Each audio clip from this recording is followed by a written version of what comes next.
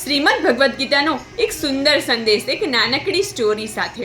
મિત્રો, એક વખત એક ગુરુજી તેના શિષ્યને એક પારસમણી આપે છે અને તેના શિષ્યને કહે છે કે આ પારસમણીના સ્પર્શથી તું લોખંડને સોનું બનાવી શકીશ. 1 મહિના સુધી આ પારસમણીને તું તારી પાસે રાખજે. આ શિષ્ય ખૂબ આળસુ હોય છે. તે બજારમાં તો જાય છે લોખંડ ખરીદવા માટે, પરંતુ એ સમયે તેને લોખંડનો ભાવ વધારે લાગે છે.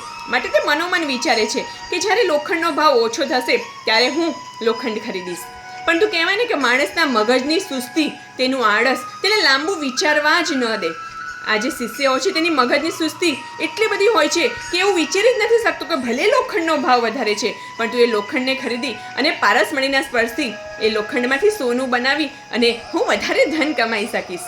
હવે જોતજોતામાં મહિનો પૂરો થઈ જાય છે અને ગુરુજી શિષ્ય પાસે પારસમણી લેવા માટે આવે છે.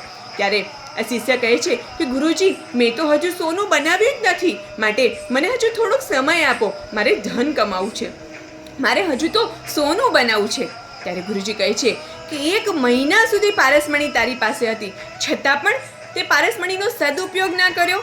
હવે તારો સમય પૂરો થઈ ગયો છે. મિત્રો, શ્રીમદ ભગવદ્ ગીતાનો આ સંદેશ આપણને એ જ સૂચવે છે કે આપણું જે જીવન છે ને એ લોખંડ છે અને જે સમય છે ને એ પારસમણી રૂપ છે.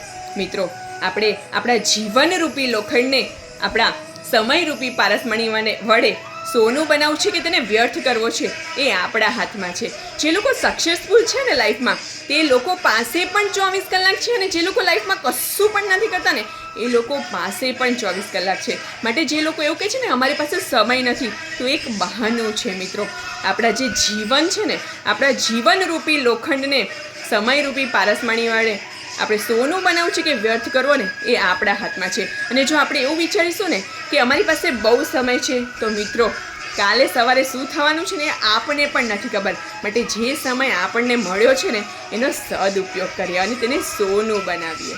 રાધે રાધે.